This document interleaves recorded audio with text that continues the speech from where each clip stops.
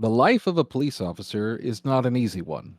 Long nights, difficult cases that stick with you, and the constant nature of an ever changing workload. But even more difficult than this is the life of a spouse of a law enforcement officer.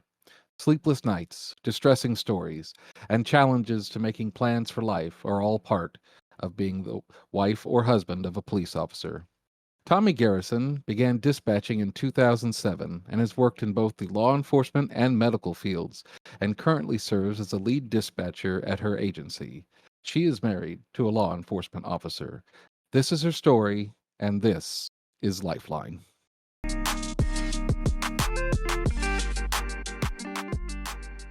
Well, Tommi, thank you for joining us. I appreciate it. Our number one biggest fan on the show here with us today. Thank you. Yay! Thank you for having me. It's my our pleasure, our pleasure. As always, I'm your co-host Gary, and with me is your host Erica. Hello. So, Tommi, how's it like being married to a cop? It can be stressful. Yeah, I just love how you just jumped right in there. Just stress. Just stress. No happy times, no none of no, that, just stress. It could be stressful. Let me see, miss dinner dates, miss movies, fallout. You saying, Yeah. "Oh, we gotta go." I'm being called out. Okay, mm-hmm. gets frustrating. Yeah. I was gonna say, you sound like the look on your face right now is like you're taking it all in stride, but I think the burning question, at least in my mind, would be, yeah, you take it all in stride, but it's disappointing, I would imagine. A little. Sometimes, especially when you have dinner and a movie planned, and then it's like, "Hey, I'm not gonna be able to make that. I'm being called out." Okay. Little disappointment, just a little. But then I gotta remember the job that he has chosen to do. Okay. I like that. This is perfect segue, I think, because you and I have had off camera some conversations. Because for anybody that's watching, listening, we all work at the same agency, and Tommy is a direct coworker of both of ours. That I work with her probably. I don't know which one of us works with her more because she worked either day shift or assigned to evenings, but then Yeah. it don't really happen like that. No, but seriously, Mm. we all know. I'm just your husband, and we've heard stories and know that you guys have been married now for how long? 19, It will 13. so we've been together 19 years and we'll be married 16 this July. All of that time he's been in law enforcement. Yes, all that time. He started his career in 2012 in San Antonio. We moved back to Austin in 2016, where he started for another agency. So when you met, he was not a police officer though, right? Do I have that Nope, right? that is correct. He was actually a dispatcher with me, where I met him at EMT school. Funny enough, neither of us are EMTs. I was gonna say, wait a minute. I missed something. Wait, hold on. All this time I didn't know you were an EMT. I was like, oh, what kind of coworker am I? So yeah, I need more. How break that down for us? so, so I will go ahead and say the agency's name that we went to school for, which was AMR, American Medical Response. We started EMT school in 2007. Um, the business, um, the school ended up shutting down ultimately. Yep. Later on, probably like a year later, they shut down. They're like, after Uh, you two went through, we're done. We're done. Pack it up. We're out of here, guys. that's what exactly what they said. I'm just kidding. Uh, and then we started our dispatch career. And I remember when we applied to be dispatchers at AMR, both of us were just I liked each other from the start. And one day he was out and his friend was like, "Hey, my friend likes you." And I'm like, "No, he doesn't. Whatever. He does not like me." And when MySpace was around, Mm. spent 8 hours looking for me on MySpace and finally found me. Oh, that's so romantic. And then I gave him the number of Pizza Hut. A call instead of Not you? so romantic. Oh, Hmm. wow. Hmm. Oh, I was all aflutter and then kaboosh. Wow. You gave him the Pizza Hut number. Hmm. Yep. So Um, so how did you feel when he said to you like, "Hey, babe, I'm gonna become a cop"? Like, were you like, "Ooh, that sounds fun"? uh, it was a little scary. He was already dispatching for, he went into police dispatching because AMR eventually ended up closing down the dispatch center in San Antonio. So both of us were out of a job, and he jumped ship to a police agency in San Antonio where he dispatched. And so he would come home speaking all this lingo, and I'm like, "What are you saying? Like 10-4, 10-8? What?" Like, I don't even understand any of that. Yeah. Um, and so he decided that he was going to go to the police academy through Mhm, San Antonio College, and that's what he ended up doing. And it was very tough for us. It was 11 months of stress. He would get up at 5 o'clock in the morning, go to work, dispatch, get off in the afternoon time, work out, eat, and go to school mhm, Monday through Thursday. And it really tested our marriage at that time because I did not see him whatsoever. And we made it 11 months later. Don't know how we made it, but we mhm. made it. Yeah, I mean, I imagine that would be really tough if your spouse was working, like, 16-hour days, like, 4 days a week. How could you do that? I don't know. Yeah, It's amazing. isn't it? Uh, So he graduates from the academy and goes to work where? And I guess maybe I'd just back up a little bit. So you're no longer at AMR. He goes to the police department to dispatch, and at some point he goes and applies to the academy, gets in. What are you Mhm. doing during this time? Drawing blood, phlebotomist at the blood center. Hmm. Okay. Yep. And what My made ultimate you do wait up? so my ultimate goal was to become a nurse. And so I was going, taking classes to become a nurse in San Antonio. And I was like, well, Okay. phlebotomist would be a cool little job to have since I'm going into that field. Mhm. And then the more my husband talked about more of the dispatching, I was like, you know what? That's pretty cool. I think I'm going to start my dispatch career. And I got in, and it's history now. mm, Okay. So when you started your dispatch career, he's at that agency. Did you go to the same agency?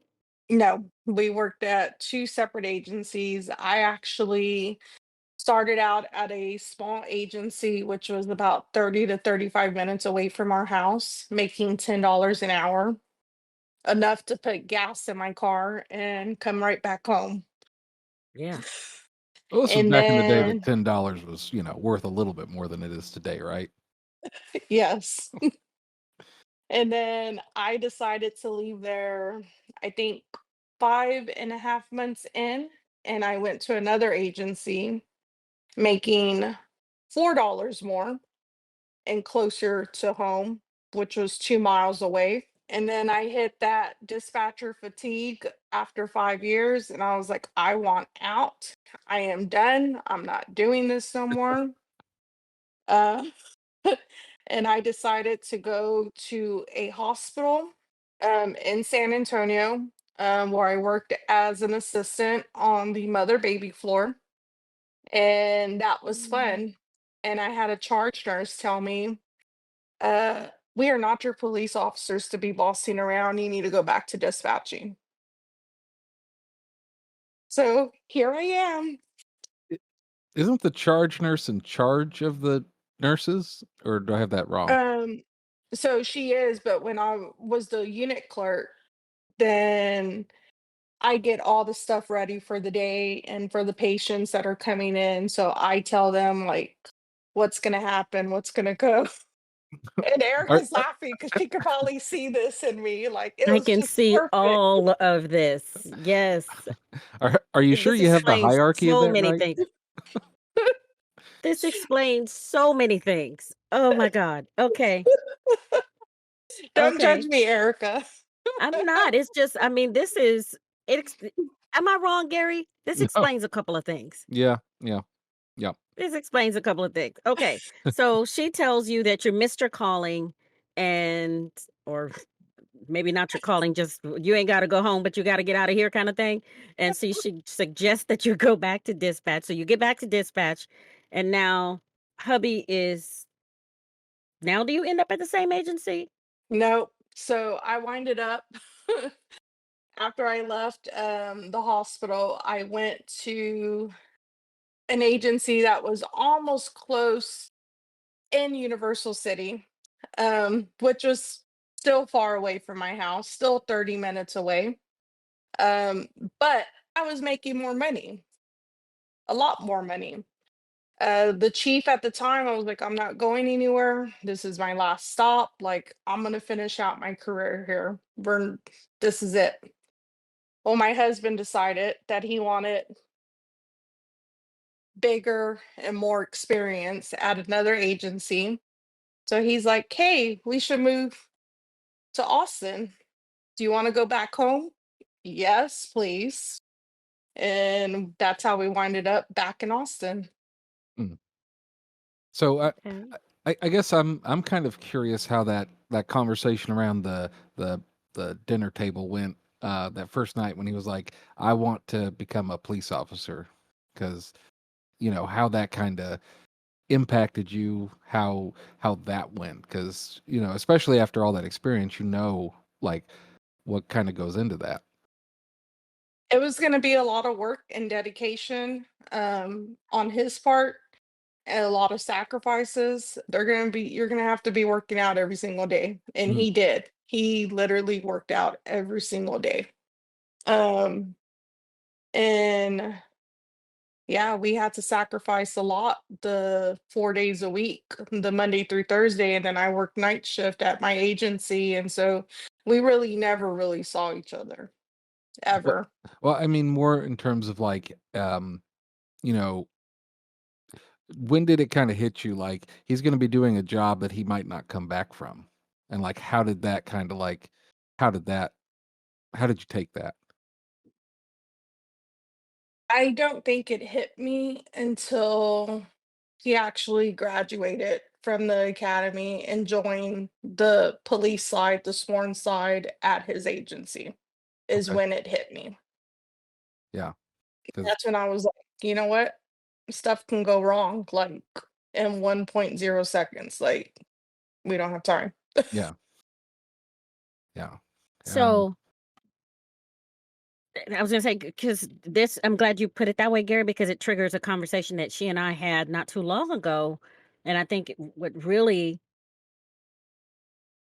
had me thinking about having this conversation. So it hits you after he graduates, and you see him either in the uniform, or you realize, okay, this is real now. He's really a police officer. Mhm. Beyond that realization, was there a moment or was there an incident, a call, anything that made you go,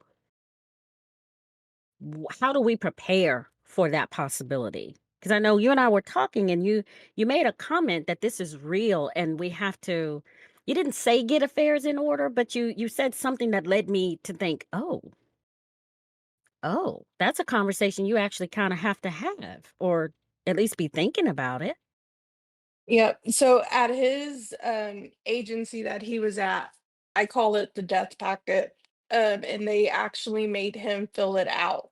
And it's like, if something happens to me, who is going to contact my wife, what I want at a funeral, how things are going to go. And none of that stuff was talked about with me. It's something that he did on his own and he turned it in. So that kind of became life when he talked to me about it.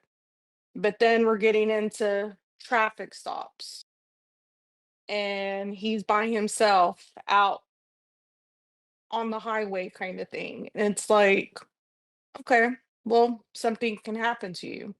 You can walk up to the car and you don't know what you're going to encounter. Yeah, And I think that's when it became real for me, is when I started telling his parents that, hey, anything can happen. As soon as he gets out of the car, anything can happen.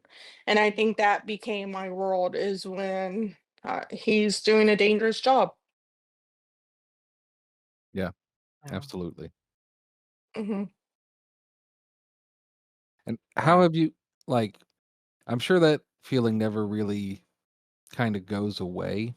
Um uh and you guys have been, as you said, together for 19 years. And he's been a officer for 13 of them. So like how do you kind of learn to live with that, I suppose? I mean, it's something obviously you don't want to think about every day, but like Hmm. is it just kinda like 'cause we've had these conversations with, different people in terms of, like, hard calls that they take, like, how do you process those calls? Do you just slough it off your back like water off a duck, or do you, like, get therapy? So, I like, how do you handle that kind of fear?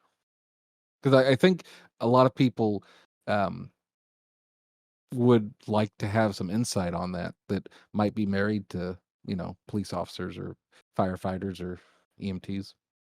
Or So I will yeah. say, being in law enforcement and being in dispatch for so long, and him being a police officer, I think helped me understand what kind of job that he does. It gave me an opportunity and him an opportunity to be open with one another. So if I'm having a bad day or he's having a bad day, he'll we'll talk about it.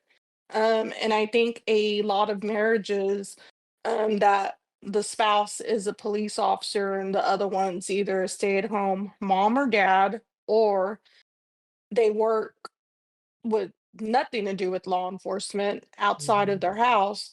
I think it's very hard for that spouse to understand, and they don't want to scare them. But this is our reality. Something can happen tomorrow, and there's no way of me knowing. Um, and so the way I think about it is, I pray every single day that he comes home every single day. And if that time does come, I always try to figure, well, what's going to happen, or how am I going to handle it? And to be honest with you, I don't know how I would handle it.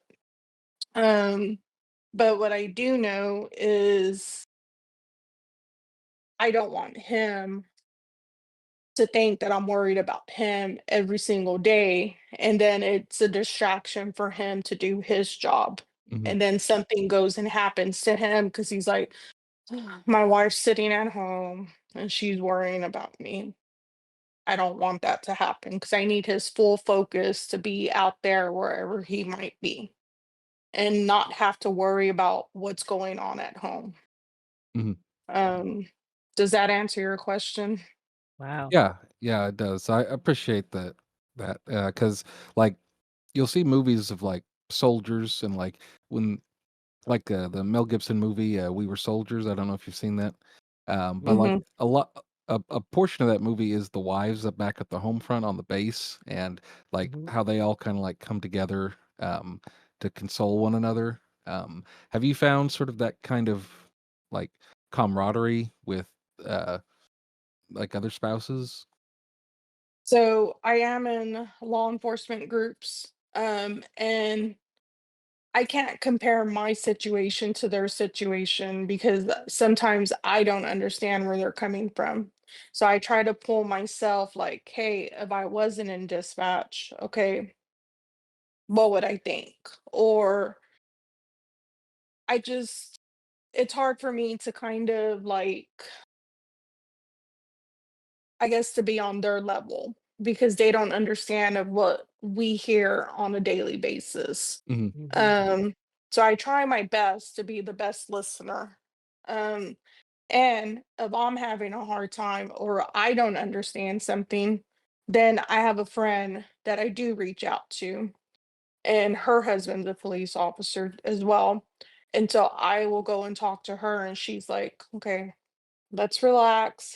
Here's what's going to happen. And it kind of puts me back to where I need to be, back at 50, like evenly. Nice. I like that. That's incredibly well said. So you mentioned this groups that you're in. It sounds like you are to them sometimes maybe Hmm. what your friend is to you Hmm. because they don't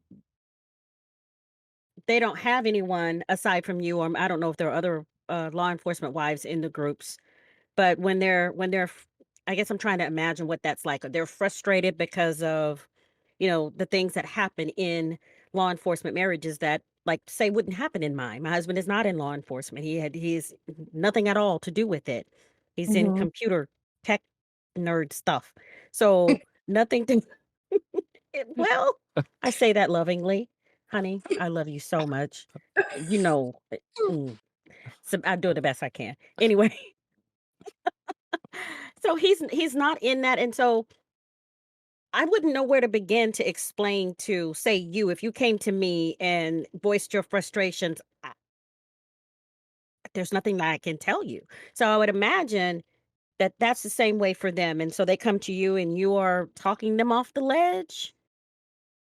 I Uh, try to the best way that I can because some people are a little bit more high delicate. strung. So you gotta, and you're talking about these are police wives that their husbands or wife, they work for all different agencies around, like Central Texas. So they Oh, could be at a big agency, small agency. There's people that I've met that I work with their significant other, and so we've talked and stuff. And so that's kind of helped, like just meeting other spouses, and then they were dispatchers at one point at a time. And so it's helpful talking to those spouses of knowing what I go through or may have went through. okay. So would you say then that it's better to have it's better that your husband is a police officer because when you come home frustrated at the things that police officers can do, I'm sorry if y'all watching. Y'all know that what? I'm not wrong. Do you find that you can be honest about how you're feeling about some of the things that we, as dispatchers and communications, people, we're frustrated at times, and about the sworn side versus the non-sworn side. And I guess my question is, can you come home and speak freely and it's okay? Yes, and I ask him all the time, like, "How does your friends carry guns and badges?" And I say it jokingly because they probably, like they say it about us too, like, "How can I'm we be sure. dispatchers?" Like Yeah. It's a like, "What love-hate planet?" relationship sometimes, I'm sure. Yeah, like, "What planet did she come off from?" Like That has never been said about me. Thank you. I don't know about you, Uh, peasants. That's never happened to me. so Back in Tommy, your Joey family. uh, you were telling me one time recently you were kind of like at a store and your husband saw somebody that he had arrested. Uh, uh, fairly recently. And so he was like, "Okay, we need to leave right now." Mhm. Has that happened like frequently? I mean, like, is that Oh, something that happens wow. often? Not often, Hmm. but when it does and it's like, "Hey, we need to go." Okay. Let me put my little shopping cart away and to the side, and we got to go. Hmm. Yeah, Oh, because wow. because we talked earlier about like having issues like going out to planning family events because you might have to leave immediately, but it could also be more mundane tasks of I'm trying to buy some milk and here's a perp that I arrested 3 months ago for battery. I got to leave. So we don't have an issue here. Or So they And may leave the work like milk. You gotta leave the milk and the eggs, and then you can't make your cornbread when you get home. mm-mm, I mean, ugh. so sad. It's another Chick-fil-A day. yeah. Okay. So, I know we touched on it when you first came on, and we're talking about the not broken dates really, but canceled plans. Do you and I know you say you deal with it, but have the 2 of you ever had to have those moments of cool down because you've made expensive plans and they were canceled and you just kinda dealt with it? Or I guess what advice would you give to someone listening to this when we're not talking about movie night, right? It's like 20, $30 here or there, that's one thing. But I'm talking about big plans that have been in the works for a while, and then suddenly because of one or both, and in your case, it could be your work or it could be Mhm. his. And I'm talking about So, big plans. so here recently, I have floor tickets to Jelly Row, Jelly roll. and yes, look He them up. loves Jelly Roll. That's my husband, my second husband. He's a Okay. singer. Okay. It's an Yes. artist. Okay. Okay. Well, I'll send you a video. You can look it up. Um, Is he related to and Tootsie Roll? Not the second husband Tootsie Roll, oh my gosh. did he really just say that? Yes. Yes. Yes. um, so I was informed that he will be unavailable due to work, being on call. And so I was like, okay, well, instead of get mad, got to invite somebody else. So I had to invite my best friend, and she's driving with me to this concert. But sometimes you just have to make sacrifices like that. Like Yeah. it was not a cheap thing Yeah. um that we purchased. So I would like for him to come, but I also understand that he has an obligation to work as Sure. well. So, and they pay the bills. So, Yeah. Well, and then it's not just any work, right? It's not he's not at the widget making factory. This is quite literally first responder. This is if he's called out for some reason, it's important. It is not mhm, a frivolous thing. And mhm. so, have you encountered or had to remind other spouses that you've encountered, "Hey, do you really do you understand what it is that your spouse does? It's not just a job. Not only is it a career, it is the difference between, depending on what the circumstances are, difference between life and death and or someone being okay or not okay." Have you ever For the had most to break that down for someone? once I have, because she didn't understand, and maybe I broke it down a little bit way too much. Oh, how so, Tommy?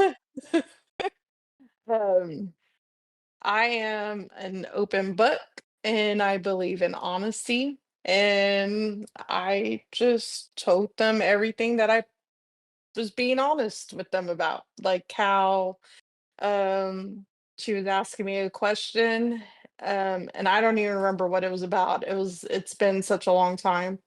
And I basically broke it down, and her husband's like, I would have left out that part. I'm sorry. But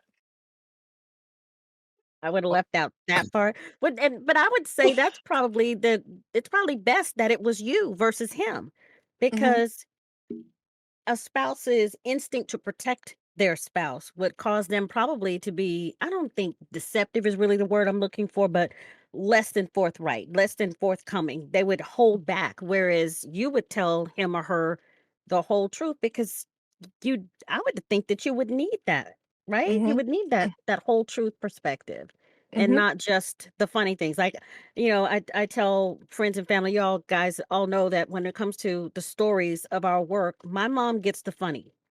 That's it. She gets nothing else. She gets babies and animals and, the occasional EDP that is funny. But anything else, she does not get. Now, my dad, I could tell him anything, but not the same. I could tell my dad, please. My dad knew the sectors, the districts. My dad was ride or die. Okay, all he was missing was the badge, the gun, the uniform, and the nightstick. He was it. But do you see what I mean? mhm, I can see where some police officers, whether they be male or female, would attempt to shelter their spouse from some of the mhm, realities of their work. mhm. And for all the wonderful reasons, loving reasons, understandable reasons, but is that truly helpful? No, but they just don't wanna get into maybe a conversation because they are still dealing with the situation that they had to go through. Mhm, And so with them dealing with that situation, they're not ready to open up to their wife or husband. mhm. And they kind of just, hey, what's for dinner? Okay, what are we going to watch tonight? And try to change that subject. So they can just bypass what they're feeling and then just put that on the back burner until you come back to work or you're by yourself or whatnot. And I'm thankful that him and I don't have that relationship and we can just be totally open with how our day is going and just deal with it the best that I can. There's some things that he will not tell me, and I'm okay with that. I don't want to know everything Yeah. because he has friends. You go talk to your friends. I need you to go talk to other people, because then I have learned over the years that mental health is very important for first Mhm. responders, Yes. and I have to protect my mental health too. And Mm. there are some things that I do want to know because I want to know how that individual was impacted. Is it good for my mental health? Probably not. Is it going to bother me? Yeah, it will. Um, but you just kind of just deal with it.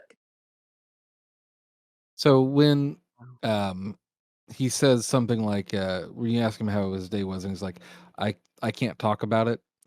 Um, does that make you feel, I guess, anxious, or are you kind of at the point now in your relationship where you're like, I understand that he knows whatever he went through today. I don't need to hear for my own mental health and sanity. Mhm.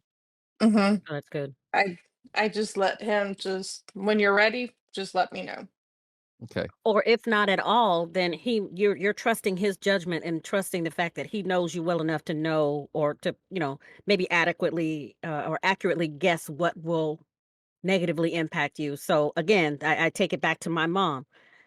I can come right up to the line, but I know her well enough to know I can talk about the shooting as long as I don't talk about the shooting.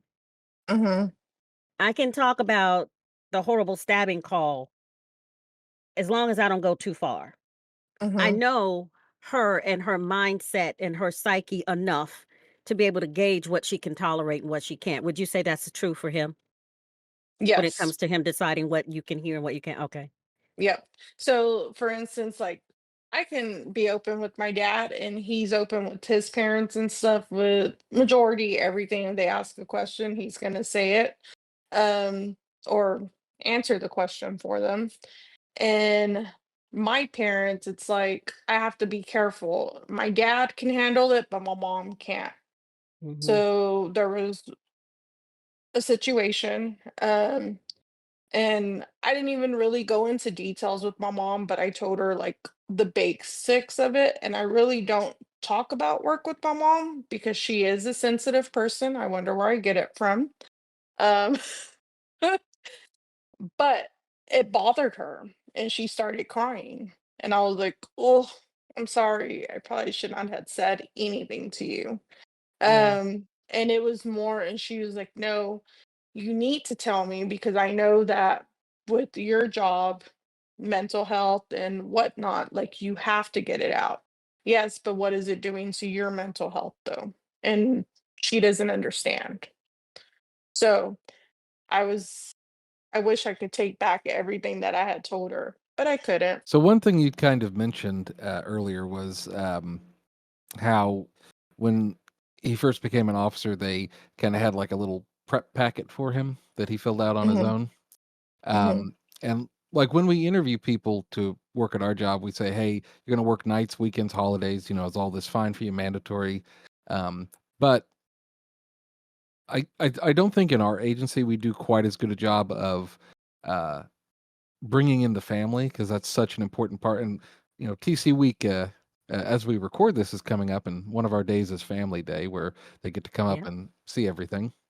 But Hmm. I think one of the areas we kind of lack in is, you know, bringing in that family of like, hey, you're going to be part of this world now, whether, you know, it's not just like your husband or wife is going out to um, work at the widget factory and come back home.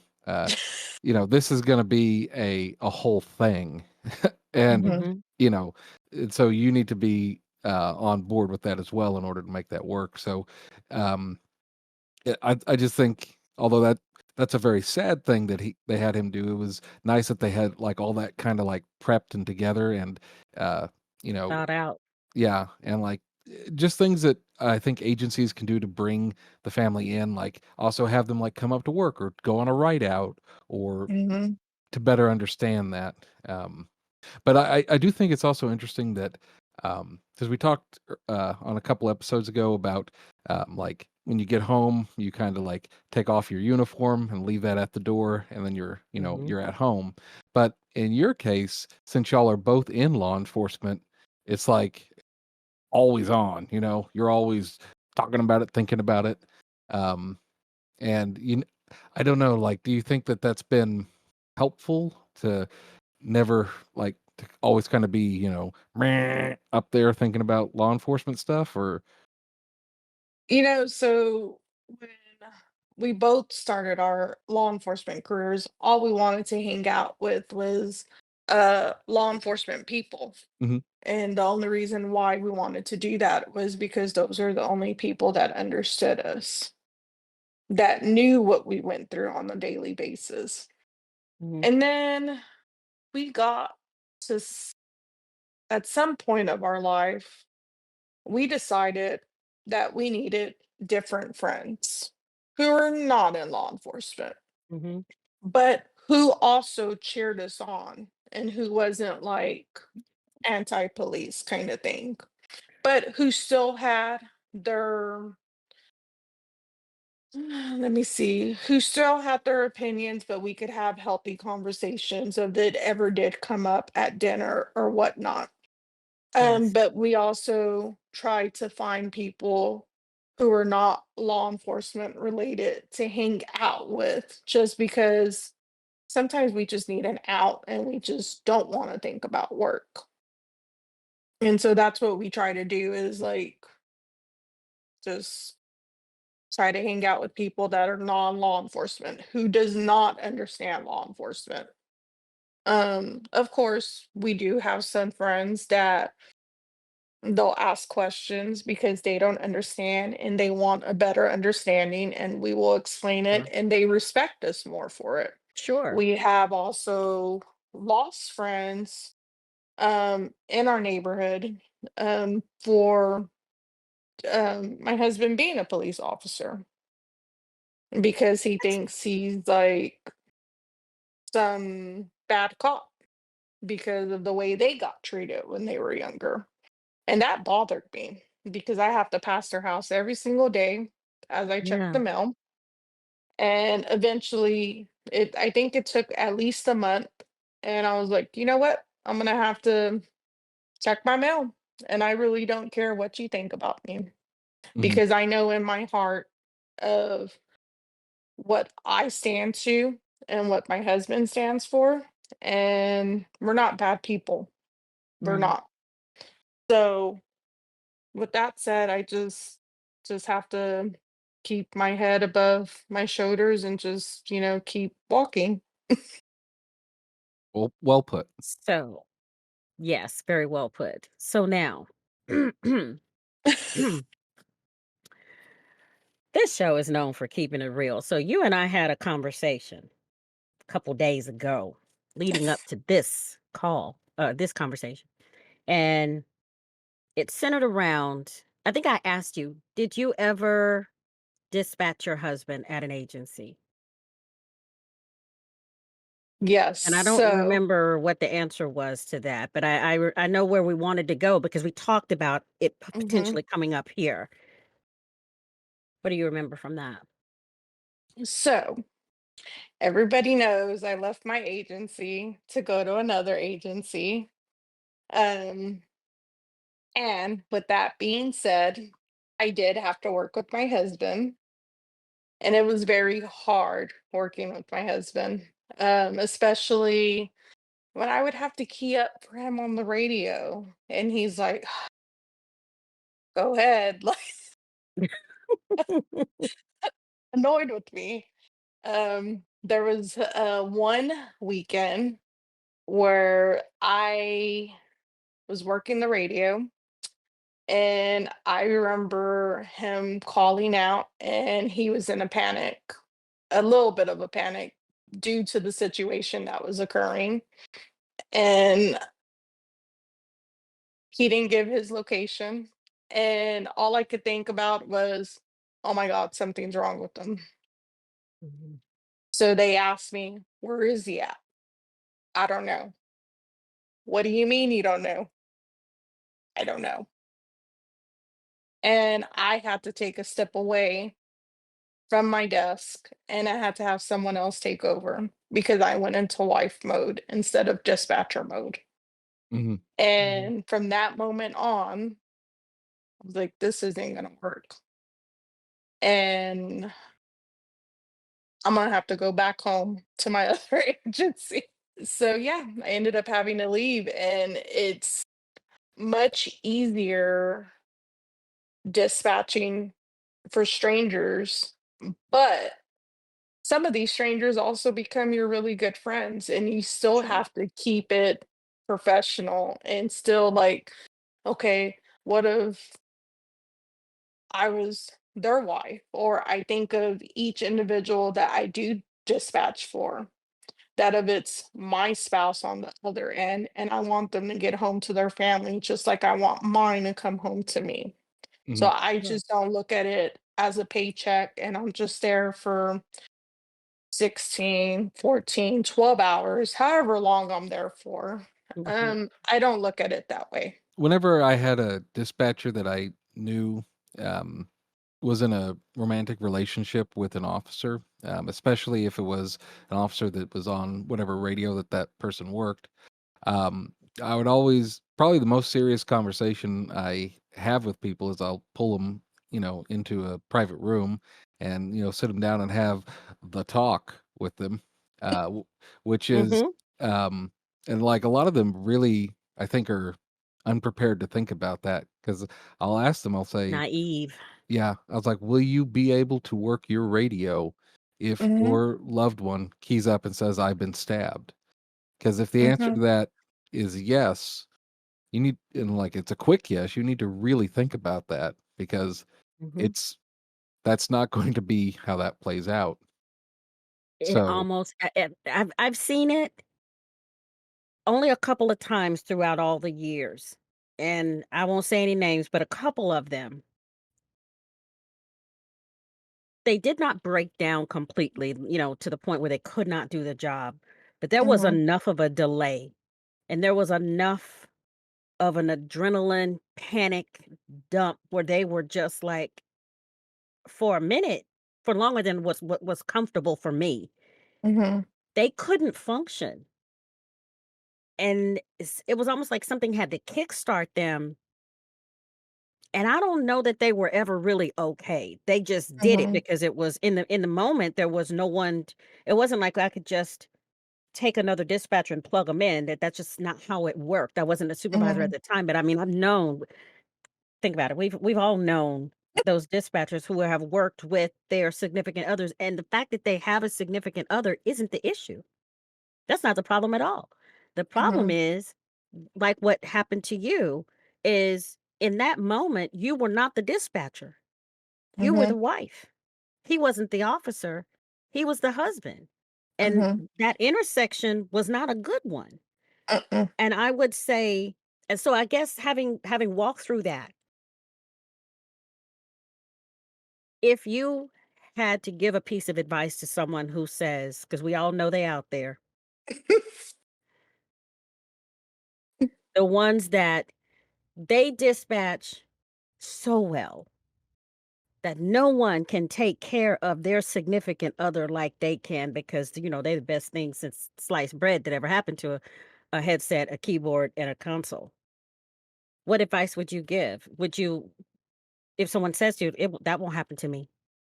I would say you're lying because it will happen where you're just gonna freeze and you're just gonna forget everything. And all I can say is don't put yourself in that situation if you don't have to. And you tell a supervisor and say, hey, something's wrong with my significant other. I cannot dispatch. I need someone else to take over this console. I will be more than happy to find somebody that can take over that console, or I'll go get my headset and I'll plug in for you so you can go take a moment and do whatever you need to do. So would you expect for that person to recognize that it's best not to even go there to begin with? Do you know what I'm saying? So if someone is saying to you, that won't happen to me, I'm I'm calm, I'm cool, I'm collected, I'm nerves of steel, all the things. That I'm sorry that happened to you, Tommy, but maybe you're just not as good a dispatcher as I am. What? Am I wrong? No, no. No. Oh. You know these people. And I'm not just talking about the people at our agency. These people are everywhere because these Mhm. kinds of relationships are everywhere. We spend the vast majority of our lives working with these people. So the dating pool is significantly smaller. So, and you gravitate to what is familiar. Mhm. So I'm saying if I'm that dispatcher, I'm sorry you got weak nerves and stuff, but I'm just the bee's knees, and that's that. No, not me. Mm-mm. And it has nothing to do with the quality of the person as a dispatcher. That's like because that gets frozen and replaced, as you said, with okay, this is no longer a professional dispatcher. This is somebody who is these messy things that these human beings have called emotions. They get in there and they kind of screw Mm-hmm. everything Mhm. up. And you know, you can be the best dispatcher in the world or the worst dispatcher, but you're not a dispatcher Sure. at that moment. You're Nope. uh, a boyfriend, a girlfriend, a wife, a husband. Uh, Mhm. Parent, yeah. sibling, Oh gosh, a anything. parent. I don't even I don't think I'd let a parent dispatch their child on the radio. I don't think I Oh, could do that. well, that's because we old school. If I know it, it's not happening. I don't Yeah. care. You will be So I moved, and you can bawl and squall and cry and all the things. I don't care. so I will tell you this that and I won't say names, but we Hmm. actually do have a parent that their son or daughter is a police officer. And she has expressed to me, like, if something were to happen, like a SWAT call or anything, I cannot work the radio. I just want to be like, can't do it. Like, she doesn't want to put herself in Yeah. that situation. And I applaud her for it. And I totally understand because I wouldn't either. Because you don't know what's going to happen. Yeah. Oh, well, my significant other, he'll be able to, take down that target. No, you don't know. Well, and I would imagine something that, and I know we got to wrap it up, but I would imagine that because I know exactly who you're talking about and I get it and I understand it completely. But I think Mhm. even in this conversation, we're thinking about the relationship between the dispatcher and that significant other, whether that be parent or romantic. But what about the other officers? Mhm. What about the others on the radio? Because you'll never be dispatching one lone officer. It'll Mhm. never just be one dispatcher, one cop. Not in a city our size, anyway. It'll never be that. So when you're faced with that situation, if we allowed it, and this is where supervision comes in, and we have to do our due diligence, but not only is it about dispatcher to son or daughter or husband or wife, what about the others that you are no longer in your right head space to take care of? It's a I little bit don't bigger than think, just that. yeah, and I don't think that they would be safe. And I don't mean that in a bad way, like the Mhm. dispatcher wouldn't be able to handle it. I just think the focus of that dispatcher would be on one person only. Well, what happened Mhm. to the other 20 or 30 officers that are still out Sure. there? Like, are Yeah. you focusing about them too? You Um, can't. I don't see how you could. you couldn't. You have Like, good and if intentions, you but I just don't think you'd be able to do it. no, because you're going to be focusing on one person. As long as he or she gets home, that's all that matters. Well, what Mhm. about the other 19 or 30 of them that are still out there? We still got to Yeah. consider them and their families and their children and everything else that goes with it. Well said. So I just have one last question for you, Tommy. I guess overall, like, would you say worth it, not worth it to marry a cop? um well, that's a hard question. Wow. That's why I saved it Uh, for the end. I say it is worth it. But in my situation, to where he wasn't even a cop to begin with. So I didn't have to worry about, hey, I'm gonna go find him at this agency or whatnot, or you know what I'm talking about, Erica. What? Oh, I don't know what you're talking about. That does not happen at our agency. That's over yonder. Um